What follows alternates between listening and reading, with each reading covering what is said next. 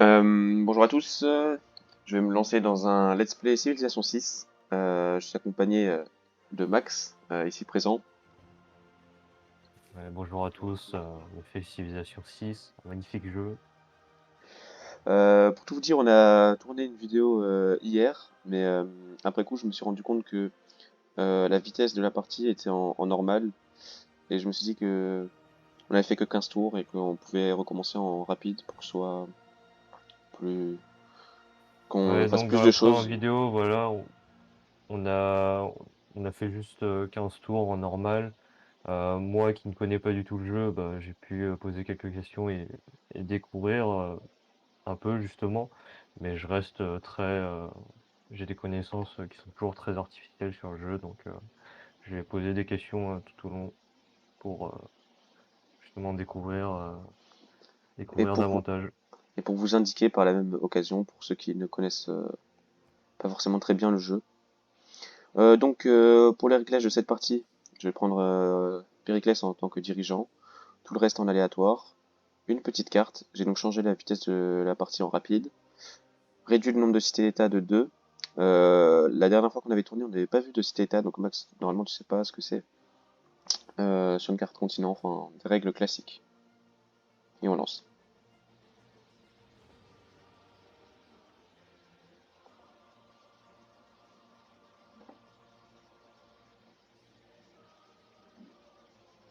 Des premiers frémissements de la vie sous l'eau jusqu'aux grands animaux de l'âge de pierre et à l'homme se redressant pour faire ses premiers pas debout, vous venez de très loin. C'est dans ce berceau de la civilisation que commence votre longue quête pour découvrir les étoiles.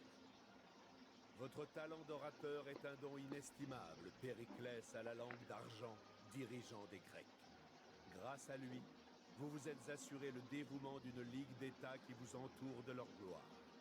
Bâtissez des sites culturels le long des côtes escarpées de la Grèce pour unir votre peuple sous votre fière autorité. Si tout se passe bien, les sirènes chanteront l'âge de Périclès.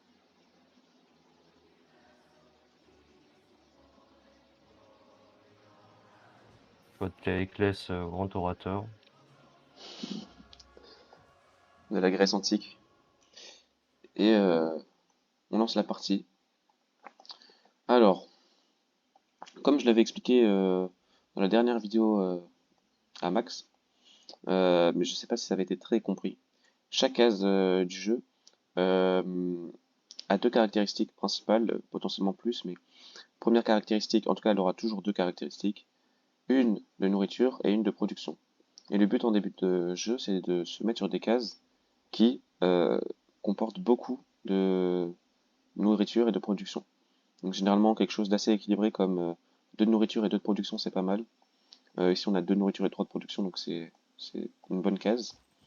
Euh, et aussi en début de partie, on va essayer de se mettre sur des cases potentiellement proches de collines.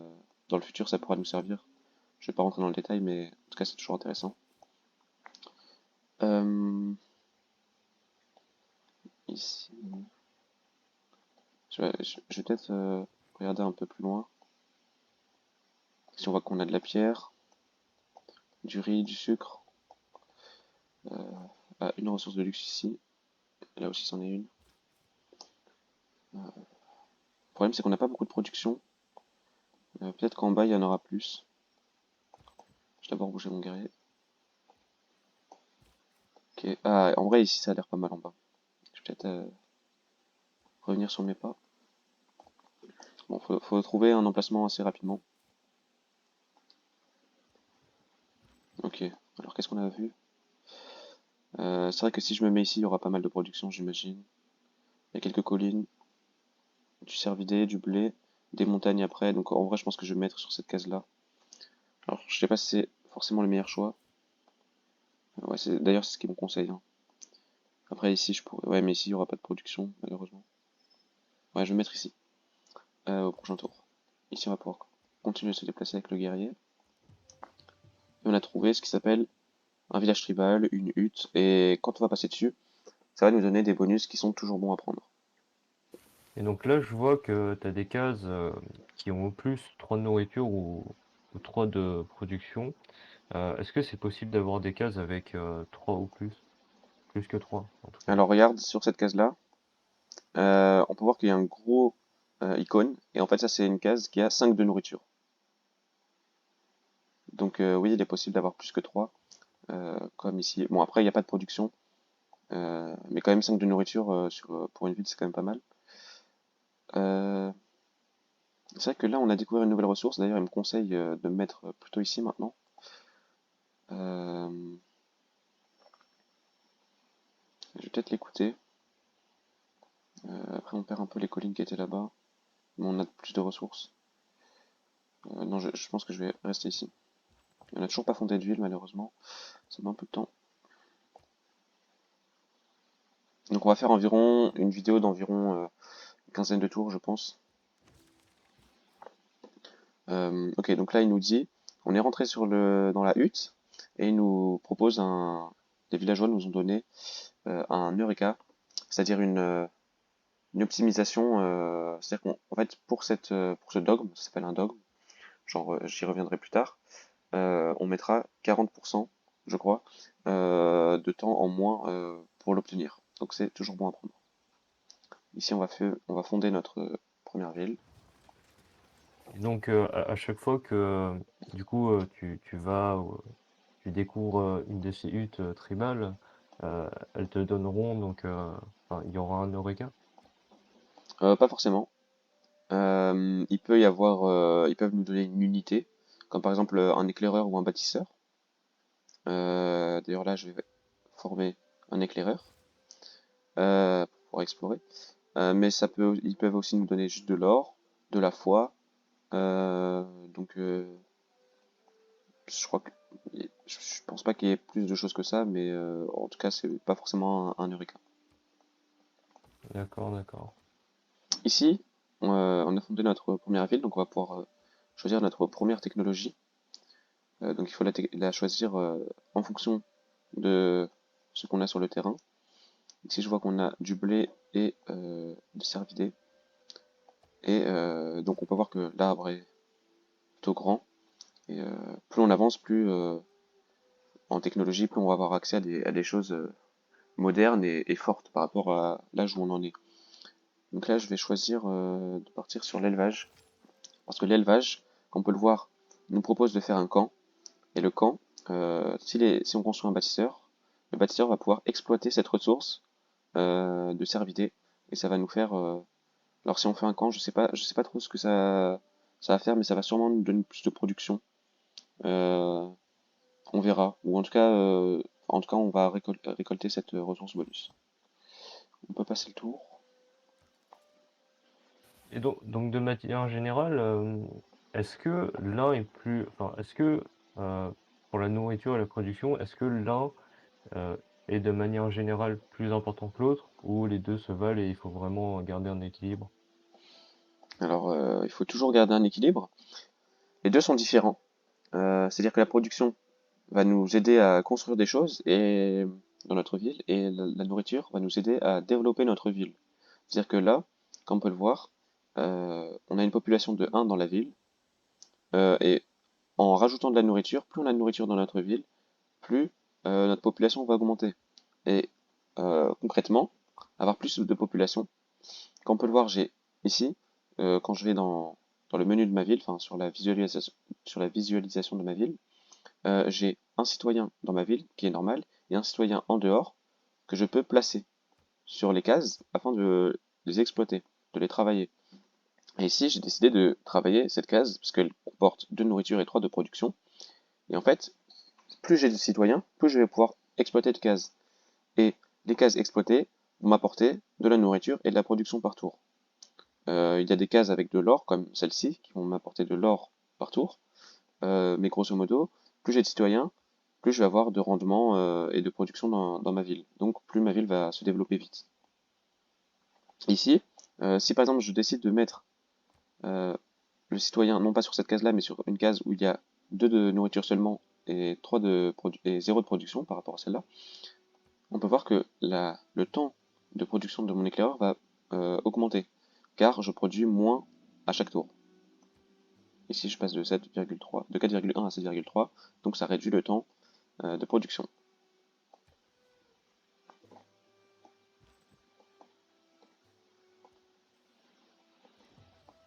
Alors ici, le but au début, ça va être d'explorer complètement les environs, enfin complètement, les environs de notre première ville, afin de savoir, premièrement, s'il y a des ressources intéressantes autour, et surtout s'il y a des barbares, car les barbares vont être agressifs en début de jeu et vont nous retarder, potentiellement même nous prendre des villes si on se défend mal, et donc nous ruiner notre partie.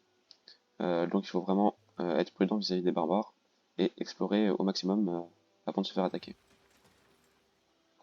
Et c'est pour ça qu'on a fait un éclaireur qui va justement nous permettre d'explorer les environs et qui va être plus mobile que le guerrier, donc plus efficace pour explorer. Mais au début, on fait avec le guerrier parce qu'on n'a pas le choix.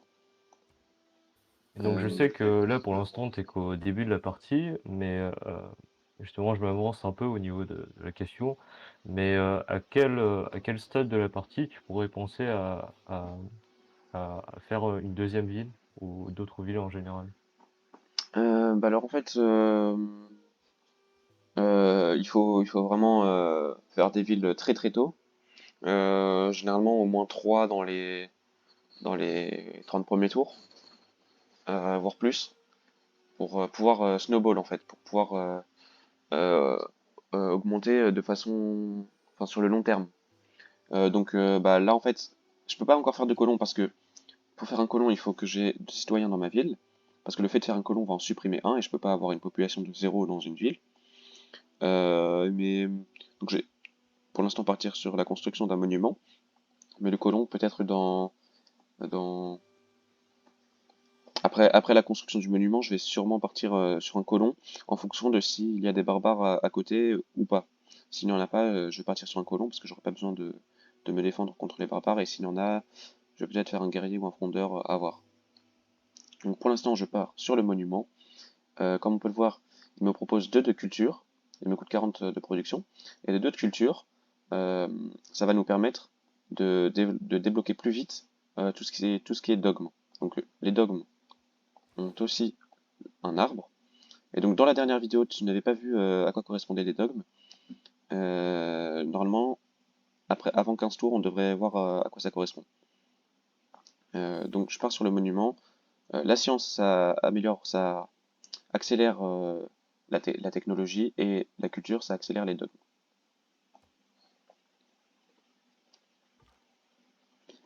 Hop, on continue d'explorer. Ici, je vais récupérer le village tribal. Et donc là, qu'est-ce que ça nous a fait? Ça nous a augmenté notre population à Athènes de 1. Donc comme je le disais tout à l'heure, c'est pas forcément un Eureka. Et là, pour le coup, c'est une population de plus, donc une case exploitée en plus. Euh, Ici, euh, il faut choisir en fait sur quelle case on va aller. Et je vais accélérer la production, c'est-à-dire que je vais passer d'une case à 2-1 en 1-2 pour avoir plus de production et pour que mon monument se construise plus vite, sachant que la nourriture, comme je l'ai dit, ça augmente la population. Comme je viens de gagner 1 de population instantanément, j'ai pas forcément besoin de me redévelopper ma population, en tout cas vraiment sur les 3 prochains tours. Donc je vais partir. Ah non. Bon, le fait est que là, même si je me mets sur un 2 de production, ça ne change pas le temps de production du monument. Donc je vais rester sur le 2 de food et 1 de production.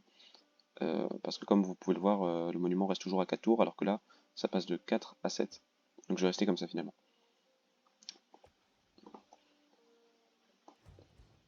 Ok, donc là, qu'est-ce qui s'est passé?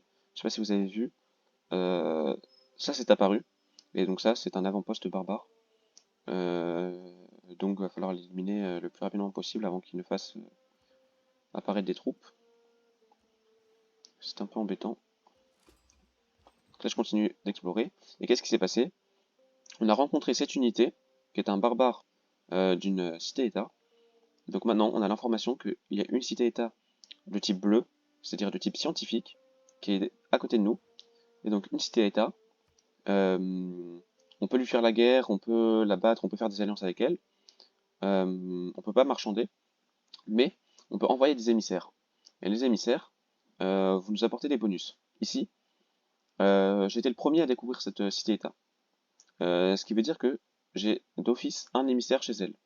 Et avoir un émissaire dans cette cité-État, ici, on peut le voir, ça nous rapporte 2 de science en plus dans notre capitale, en permanence. C'est-à-dire qu'au final, ici, on a 2 de science en plus par tour. Donc ça accélère nos technologies, donc c'est très bien. On peut voir qu'il y a 3 émissaires, j'aurai 2 de science en plus pour chaque campus. Les campus, on y reviendra plus tard. Mais en gros, plus j'ai d'émissaires dans cette ville, plus je vais avoir de bonus.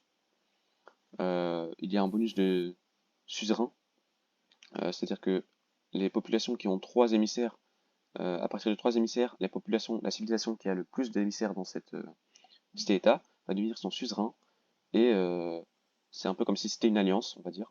C'est-à-dire que si je rentre en guerre contre une civilisation, cette cité-État va m'aider. Et j'ai des bonus, il y a divers bonus du fait d'être un suzerain, comme vous pouvez le voir si je laisse ma souris dessus. Et donc là, vu que tu l'as découverte en premier, t'as un émissaire d'office, mais du coup pour les deux autres, faudra les produire toi-même, non? C'est ça. Ce qu'il y a, c'est que un émissaire, on peut pas le produire, mais en fait, ça va se faire un peu automatiquement. Et ici, dans 67 points d'influence, j'aurai un émissaire. Je gagne un point par tour, comme c'est dit. Et j'en ai 5 actuellement. Donc en fait, si j'augmente pas mes points d'émissaire, bah, ça va être dans très très longtemps que je vais pouvoir avoir un émissaire de plus. Ça se développe plutôt rapidement, mais en gros, au fil du jeu, on va de temps en temps avoir des émissaires. On va gagner un émissaire, et en fait, cet émissaire, on va pouvoir le répartir selon les choix entre les différentes cités-États qu'on a découvertes. Donc, cette cité-État me plaît Et plutôt bien. comment tu ferais pour développer ton émissaire? Bah, en Vu fait, que là, j'ai vu, tu gagnes que un point par tour, donc hmm, ce qui serait assez long pour avoir un deuxième émissaire. bah, comme ils le disent tout en bas, c'est les gouvernements et les doctrines sont les principales sources de points d'influence. C'est-à-dire que les doctrines, en gros, les dogmes, je vais expliquer ce que c'est les dogmes maintenant. Les dogmes, quand on va les découvrir, ça va nous donner des cartes. Et ces cartes-là, euh, on n'y a pas encore accès, mais ces cartes-là, on va pouvoir les mettre dans des slots et ça va nous donner des avantages. Et donc, par exemple, donc les cartes qui sont relatives à la diplomatie, c'est les cartes vertes. Et ici, euh, point d'influence par tour plus 2 pour l'obtention de nouveaux émissaires. C'est-à-dire que si je mets cette carte dans un slot, je vais gagner 2 points d'émissaire par tour en plus. Donc ça va accélérer le fait d'avoir des émissaires. Donc il y a des bonus et certains bonus dans la partie qui me permettent d'obtenir plus vite des émissaires. Mais ça se fait un peu tout seul, faut pas trop y penser en fait. Enfin, c'est pas très, c'est important, hein, mais toute une partie ne se fait pas sur les émissaires qu'on a, quoi. Ok, ok. Et j'avais une autre question. Je me demande depuis le début, tu vois, sur ta ville Athènes, Oui, juste en haut du nom de la ville, tu as un petit chiffre 13, et ouais. bah, à quoi ça correspond? Alors le chiffre 13, ça correspond donc à la puissance défensive de la ville. Et ce chiffre, donc c'est-à-dire que si on m'attaque, la ville va avoir un rempart de 13 en fait. C'est-à-dire que je crois hein, que si j'ai une unité dans ma ville et que une unité adverse essaie de m'attaquer, mon unité dans ma ville va avoir un bonus de 13. Je crois, hein. En tout cas, plus ce chiffre est haut, plus ma ville va être capable de se défendre. Et ce chiffre, je crois, que si j'ai bien compris, j'ai entendu ça quelque part, que ce chiffre, il correspond à la puissance de ta plus grande, de ton unité la plus forte que tu as produit en fait. Ok, ok. Et donc là, l'unité la plus forte que j'ai produite pour l'instant, c'est un éclaireur, et je crois que la ville a peut-être 3 de base. En tout cas, plus je produis des unités fortes, plus ça va augmenter. Bon, par la suite, avec des technologies, comme par exemple la maçonnerie, je vais pouvoir faire des remparts antiques, et après des remparts de plus en plus forts. Non, c'est pas ça que je voulais faire. Des remparts de plus en plus forts qui vont augmenter la défense de la ville, mais bon, on n'y est pas encore. Voilà. Donc, je disais que cette cité-État, elle me plaît bien. Je vais essayer d'être son suzerain et d'envoyer des émissaires dedans, parce que ça nous fait de la science. Et avec le guerrier, je vais me diriger vers l'avant-poste barbare pour essayer de le contrer rapidement. Et donc lui on l'a déjà déplacé, ok. S'il n'y a Ok. pas de chiens au paradis, quand je mourrai, je veux aller où ils sont. Donc on a débloqué l'élevage, ce qui veut dire que maintenant si on a un ouvrier, on va pouvoir... Les chiens au paradis, très intéressant. les petites citations de civilisation à chaque dogme ou technologie.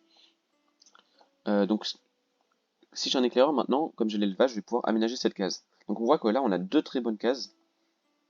Si on fait la moyenne des deux cases, ça nous fait 2,5 de chaque.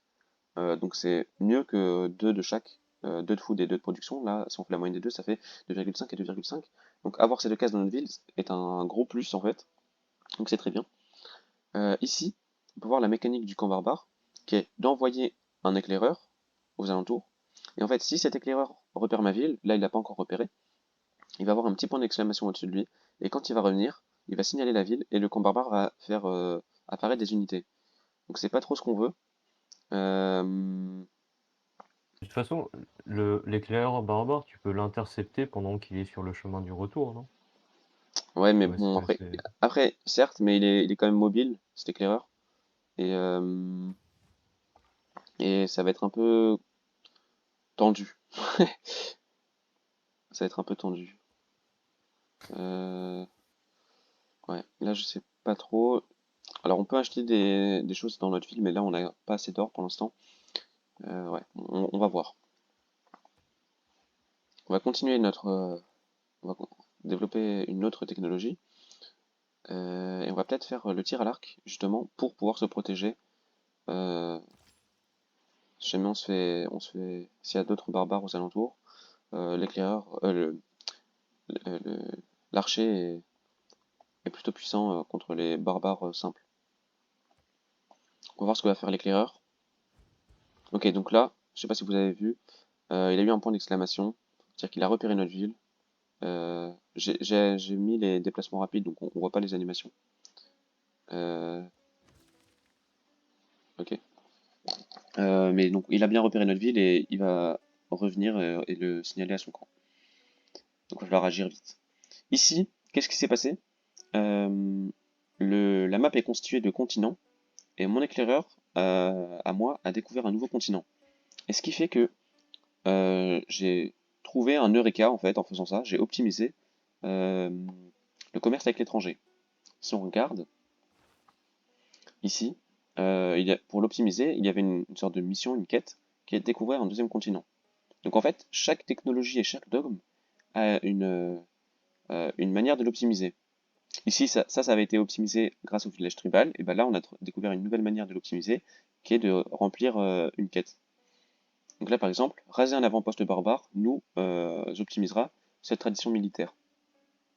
Donc si j'arrive à battre cet avant-poste, on aura cette optimisation-là.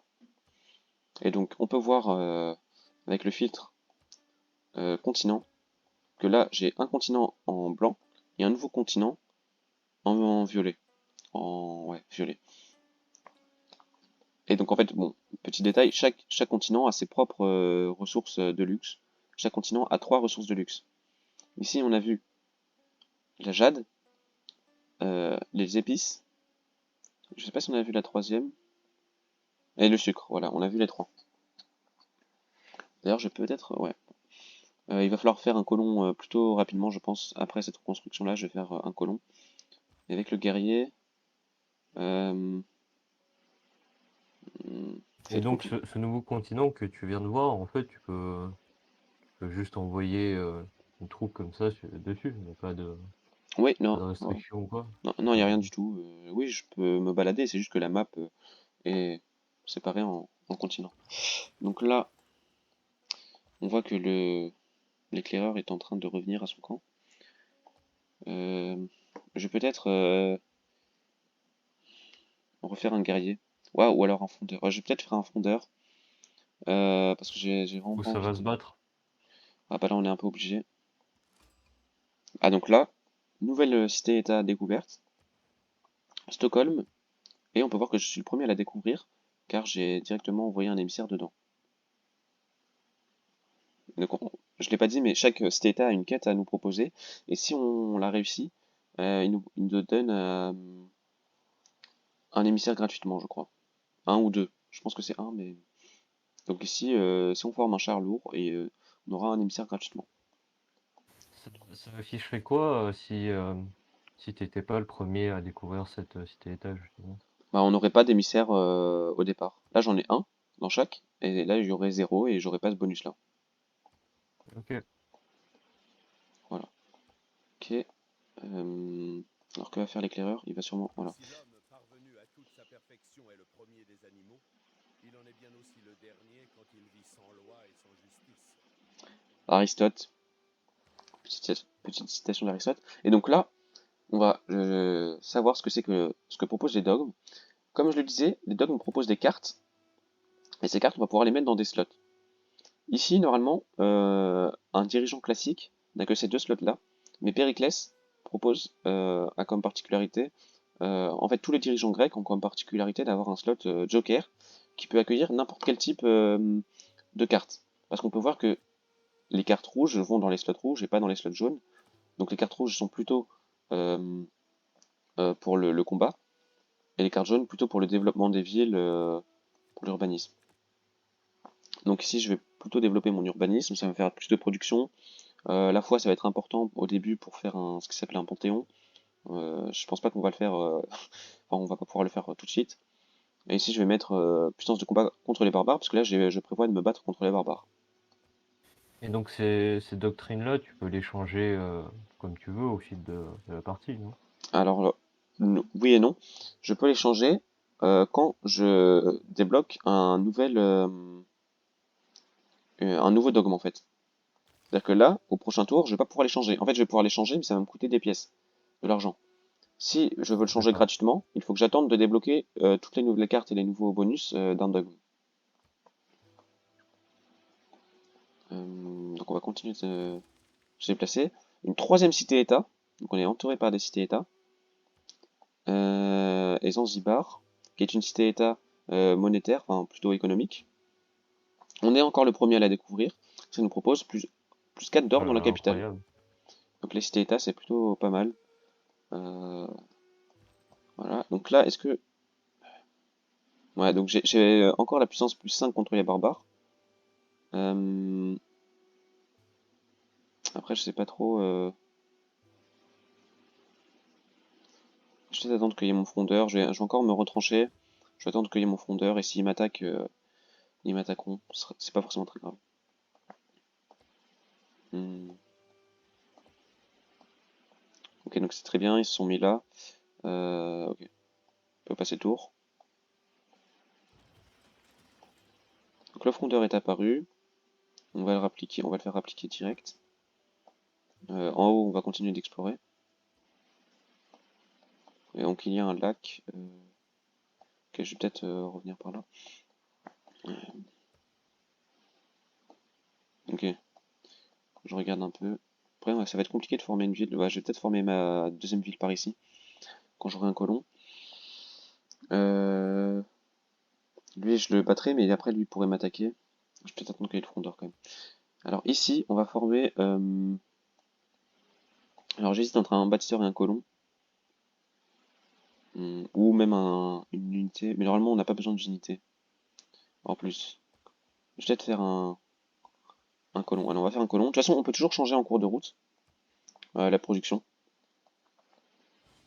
Ok, donc Souhaitez là... que les forces Ok. du mal s'embrouillent pendant que votre flèche sera en route vers sa cible. On a débloqué la nouvelle technologie tir à l'arc. On est au tour 16. Le frondeur qui est une unité d'attaque à distance. On va commencer à taper l'éclaireur barbare. Après, le problème c'est que cet éclaireur barbare a fait spawn un guerrier. Donc là, ce guerrier-là va avoir un peu du mal. Euh, ouais, là ça va être un peu compliqué. Je peux toujours rien acheter. Je vais peut-être changer ma production du coup.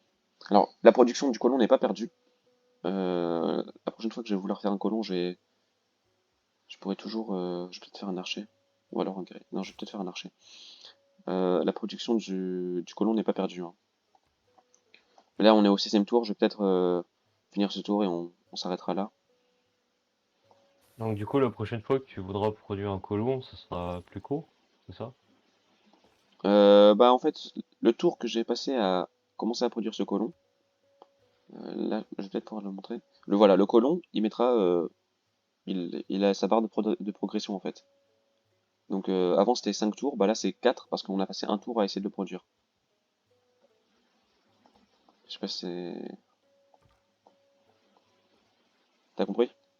Ouais, c'est clair. Ok. Bon bah voilà, on a fini le tour. On a les barbares qui vont nous attaquer. On n'a pas encore de deuxième ville malheureusement. Normalement avec cet archer, on va pouvoir bien affaiblir.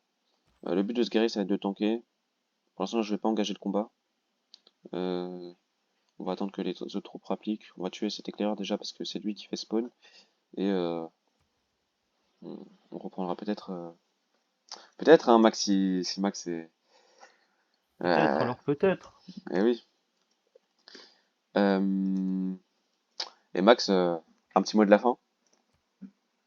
Mais écoutez, civilisation, un magnifique jeu. En tout cas, ne ratez pas la prochaine vidéo. On va pouvoir voir les combats, n'est-ce pas, avec les fameux barbares. Combat qu'il ne faudra pas rater. Merci Max pour cette outro. Et on se retrouve très bientôt. Salut!